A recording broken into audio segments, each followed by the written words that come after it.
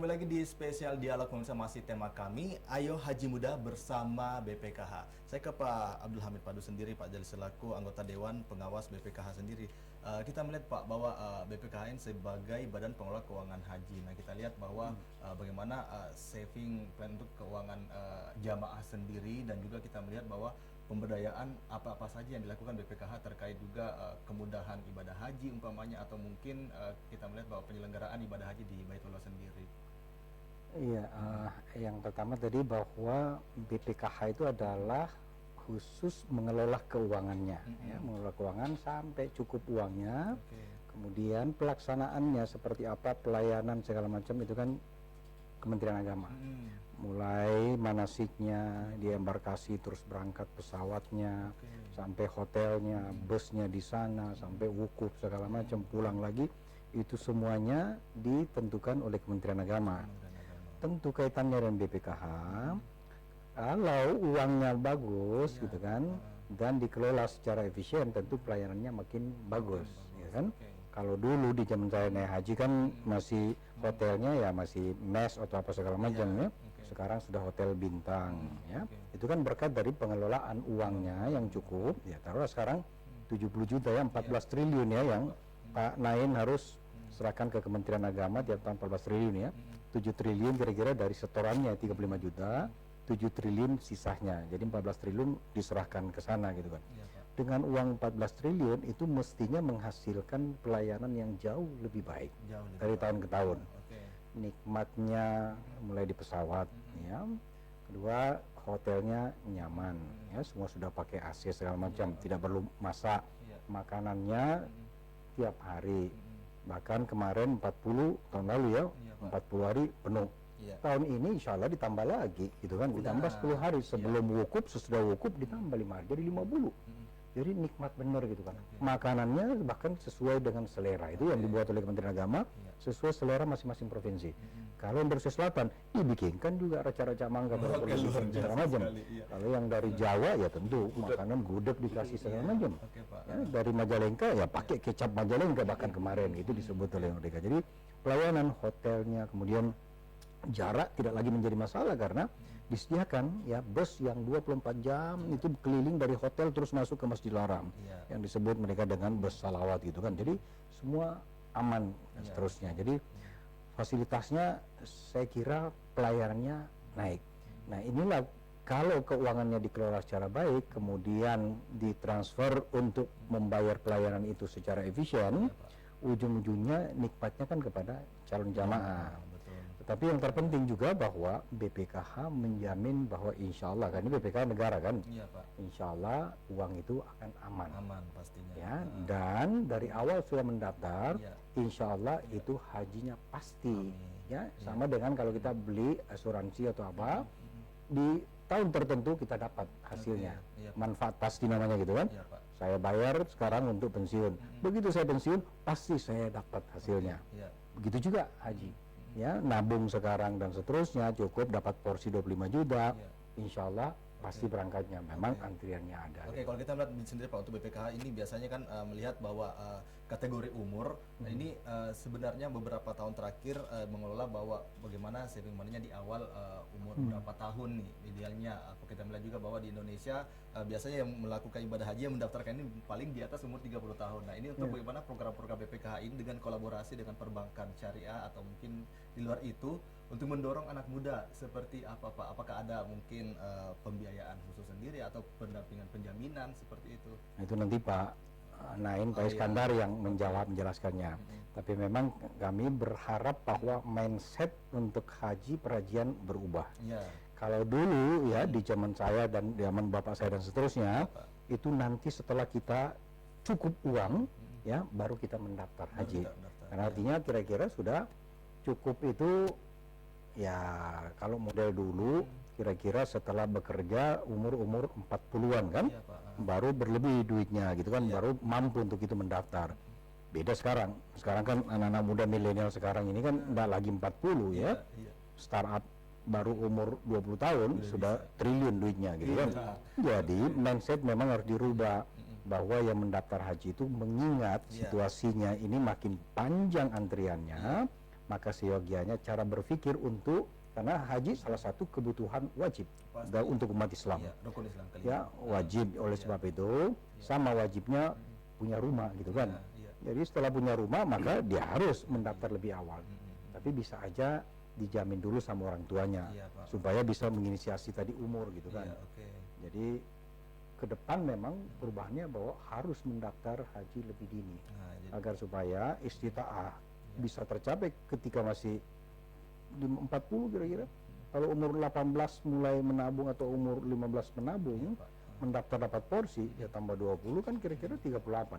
38 masih sehat sekali gitu Iya, kan. betul, idealnya. Istita'ah kesehatannya juga pasti bagus gitu Iya, kan. oke. Tidak berarti bahwa yang tua tidak sehat ya kan. Iya. Kami juga ini Ya. Jadi sehat kalau di Indonesia gitu kan. umur rata-rata daftarkan haji ini seperti apa, Pak? Ya sekarang ini masih, ya memang kalau yang Iya. yang sekarang ya di atas 40 ya. Di atas Iya. 40. Di atas 40. Nah, ini kita mau mencoba merubah mindset bagaimana mungkin anak muda udah mulai berani Pak ya mendaftarkan dirinya untuk bagaimana menunaikan ibadah haji nantinya di rukun Islam kelima. Saya ke Pak Ahmad Iskandar Zulkarnain selaku anggota Badan Pelaksana BPKH. Saya mau lebih spesifik nih Pak, kira-kira program untuk yang bisa mendorong anak muda selain kerjasama dengan perbankan syariah sendiri, ini kemudahan apa saja yang akan diberikan BPKH Pak sebagai Badan Pelaksana?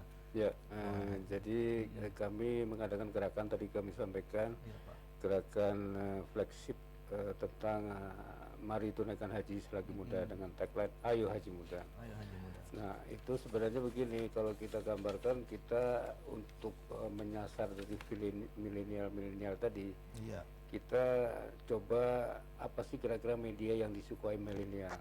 Iya. Makanya kita ada lomba YouTubers. Kemudian ada beberapa lagi lomba yang terkait dengan kira-kira apa yang milenial suka. Melalui situ masuklah itu message Ayo Haji Muda. Karena begini, kita bisa contohkan begini. Kalau misalkan mahasiswa kurang lebih 4 tahun, coba kita hitung setiap hari aja 20.000 aja. Oke. 20.000. Itu 4 tahun udah ketemu, kepada saat lulus dia sudah dapat porsi setoran awal. Saya kira orang tua juga akan sangat rela redo gitu ya. Misalkan minta tambahan kuota uang kuliahnya, uang jajan nambah kuota. Misalkan sehari 20.000, saya kira untuk apa nih? Kalau untuk nambah kuota jaringan agak susah, wah kamu main aja gitu kan. Ini untuk mendaftar untuk nabung haji, malah langsung dikasih Dikasih sama orang tuanya. tapi dengan begitu minta tambahan sedikit gitu loh, misalkan tambahan sehari 20.000 atau sebulan 400.000, insya Allah orang tua pasti dikasih. Sehingga untuk generasi muda ini beberapa hal tadi bagaimana kita merencanakan, karena antrian 20 tahun bahkan Sulawesi Selatan sampai 39 tahun perlu perencanaan. Maksud merencanakan 40 tahun ya, nggak cukup 25 juta. Iya, tapi Itu kalau kita melihat sendiri, asal kita buka gitu ya, buka. Cuman kadang-kadang mahasiswa ini kadang-kadang, waduh kayaknya haji muda nggak pantas ya. Tapi setelah melihat panjangnya antrian, oh iya benar juga ya, harus mulai, kita harus buka apa yang tersebut dalam sebuah kisah. Beberapa hal yang terkait dengan haji itu kan kita harus melakukan beberapa kegiatan yang terkait dengan amal-amalan tawaf dan sa'i itu memerlukan fisik yang luar biasa. Sehingga perencanaan itu merupakan suatu hal yang penting.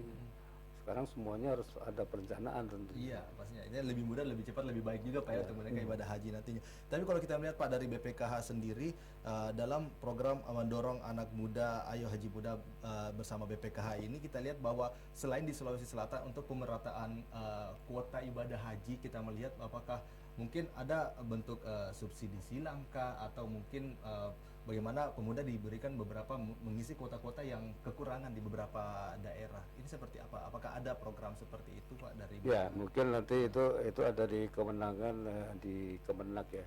Cuman dari kami memang beberapa ada usulan gitu ya, ada usulan beberapa hal yang terkait dengan misalkan tidak perlu antri terlalu panjang gitu ya.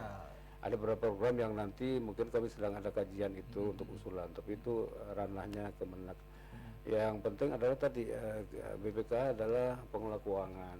Kami harus mengelola keuangan untuk memberikan nilai manfaat. Nilai manfaat itu tidak hanya untuk yang jamaah haji berangkat tadi Pak Ahmed sampaikan, tapi juga untuk jamaah haji tunggu amanah Undang-Undang 34 itu jamaah haji tunggu itu harus diberi nilai manfaat juga melalui virtual account. Sehingga sekarang ada kurang lebih 4,5 juta jamaah haji tunggu. Itu sudah bisa tuh lihat virtual account di HP, di aplikasi nomor porsinya dengan alamat va.bpkh.go.id. Nah, depannya VA dulu ya, virtual account. Nah, di situ langsung bisa dimasukin nomor porsinya, nanti ketahuan di situ setoran awal berapa, terus nilai manfaat virtual account tahun ini berapa, gitu ada. Bagiannya dapat tahun ini berapa dari hasil keuntungan. Jadi model seperti model tabungan lah gitu ya. Jadi 25 juta itu setiap tahun dapat. Cuman porsinya memang saat ini masih dibagi antara yang berangkat sama yang tunggu. Jadi setelah awal tetap 25 juta Pak. Tapi kita harapkan nanti yang berangkat itu semakin besar nih dapatnya porsinya. Semoga sehingga pada saat kita harapkan pada saat dia berangkat 20 tahun mereka sudah tidak nambah lagi gitu loh. Bahkan kalau rezeki bagus gitu ya Prof ya, pada saat kita mengelola yang bagus bahkan bisa ada kelebihan. Nah ini kita mau tanya juga tentang bagaimana sosialisasi BPKH untuk bagaimana mendorong anak-anak muda ini lebih mau cepat berhaji seperti itu Pak. Apakah bentuk sosialisasi idealnya apakah sudah dilibatkan atau kepada anak SMA mungkin atau apakah di awal perkuliahan mungkin seperti apa? Ada beberapa program jadi kita kemarin kita sudah lakukan namanya Mina Goes to Campus. Mina itu berupa singkatan dari Mari Tunaikan Haji Selagi Muda. Kita di beberapa kampus di Jawa, mungkin tahun ini kita di luar Jawa, mungkin di antaranya mungkin insya Allah di Makassar nanti. Makassar, Unhas ya. Kita mengajak generasi muda berinteraksi di sana. Jadi kita buka wawasannya, ini loh haji itu beda fisik, kita harus siapkan fisik, harus direncanakan karena ini antriannya panjang. Nah, sama biasanya kita ngajak ustadz agar memberikan motivasi untuk haji itu. Nah itu suatu gabungan nanti biasanya insya Allah deh nanti kita adakan di Unhas ini Goes to Campus gitu. Di samping itu kita juga ke kaitannya dengan generasi muda di suatu organisasi-organisasi kemudian atau mungkin di jamiah keluarga yang di sekolah-sekolah favorit itu ya. Kita sosialisasi tentang itu pentingnya haji muda itu karena demikian panjang dan juga butuh fisik. Butuh fisik. Itu paling penting adalah bagaimana mendoktrin anak muda dulu deh, bagaimana bisa mendaftarkan haji muda. Berarti walaupun belum ada seorang bisa langsung di va.bpkh.go.id seperti itu Pak ya. .go.id. Jadi itu pemirsa juga harus tahu ya bahwa langsung saja kalau mau melihat informasinya langsung di misalkan Pak, orang tuanya sudah mendaftar berapa nih dapat nilai manfaat virtual account-nya ada di situ. Jadi itu informasi lebih jelasnya bisa lihat di websitenya itu. Saya ke di bagian perbankan ya orang mesti bertanya-tanya lebih banyak karena kita lebih teknis langsung Pak ya. Pak Iswadi Ayub selaku pimpinan UUS PT Bank Sulselbar. Kita melihat tadi Pak bahwa bagaimana bantuan program mungkin atau bantuan pendanaan untuk mendorong anak-anak muda. Kita lihat kan kalau kita lihat anak-anak muda ya syukur-syukurlah mungkin gajinya UMP atau mungkin ada juga program-program spesifik untuk pendanaan dari bank. Seperti apa Pak? Oke, baik. Ini yang menarik saya mau sampaikan di sini bahwa sebenarnya untuk membudayakan gerakan haji muda itu butuh kolaborasi ya. Nah, butuh kolaborasi. Jadi bank itu pendekatannya sebenarnya bagaimana bisnis prosesnya. Ya, buat anak muda ini bisa diterima di kalangan kaum rebahan ini ya. Kita sebutnya kaum rebahan. Ya, agar itu menjadi lifestyle buat mereka. Kami melihat bahwa sebenarnya mereka butuhkan itu pendekatan atau proses yang berbeda. Ya. Sebagai contoh kolaborasi kami sekarang, misalnya Bank Sulselbar kita sudah bekerja sama dengan beberapa e-commerce seperti Tokopedia dan Bukalapak. Kenapa kita adakan kerjasama seperti itu? Karena kita lihat ini anak muda kalau berbelanja misalnya, itu kan tidak lagi harus secara fisik kan, mereka cukup sambil rebahan belanja online. Tetapi kita mau membudayakan di situ, mengingatkan anak-anak muda itu, Anda selain habis belanja, jangan lupa tadi. Anda juga bisa menyisihkan mungkin sebagian dari rencana belanja tersebut juga untuk menabung. Kemarin kita juga sudah kolaborasi dengan beberapa e-commerce untuk menjual tadi produk-produk menabung emas tadi. Misalnya katakanlah ini anak muda belanja baju misalnya, tetapi kita juga budayakan atau ingatkan mereka. itu ada sebagian dari yang mau konsumsi itu simpan misalnya. Nah, dalam bentuk misalnya menabung emas, gitu kan, seperti itu. Dan kemudahan itu dengan proses yang mudah itu diharapkan mereka tuh akan menjadi lifestyle buat mereka, seperti itu. Seperti Pak Ahmad Fadil tadi bilang kan, kalau tiap hari diingatkan, ini ada sekian ratus ribu nih, daripada saya beli kopi gitu kan, kurangin kopi misalnya, saya bisa menabung melalui e-commerce. Dan kita juga sudah kerjasama dengan beberapa perusahaan-perusahaan financial teknologi pembayaran seperti GoPay, seperti OVO, seperti itu. Nah, itu semua akan terintegrasi dalam satu teknologi kami yang namanya Bank Sulselbar Mobile Apps. Bank Sulselbar Mobile Apps. Iya, Nah, betul, oke. seperti itu. Nah, kalau itu melihat mungkin Pak, apakah di Bank Sulselbar juga untuk bagaimana peregistrasian anak muda untuk membuka mungkin tabungan haji ini seperti apa kemudahannya yang diberikan oleh Bank Sulselbar, Pak? Iya. Teknologi yang sudah dikembangkan tadi kan saya sudah sebutkan di depan. Bagaimana caranya proses registrasi pembukaan rekening itu dengan cepat, online. Jadi memang kita coba mengurangi penggunaan fisik cabang atau outlet juga di lapangan. Walaupun kita tahu memang outlet Bank Sulselbar cukup coverage juga untuk wilayah Sulawesi Selatan dan Barat. Jadi seperti saya bilang tadi, jadi anak-anak itu tidak harus misalnya buka rekening datang ke bank. Ini yang menarik sekarang juga kita punya program yang namanya Laku Pandai. Apa itu program Laku Pandai? Itu sebenarnya program inklusi keuangan, ya. Jadi kita mencapai daerah-daerah rural itu dengan menggandeng agen-agen untuk menjadi mitra bank, sehingga masyarakat di sekitar itu bisa melakukan aktivitas perbankan dengan mudah, gitu kan, termasuk proses pembukaan rekening.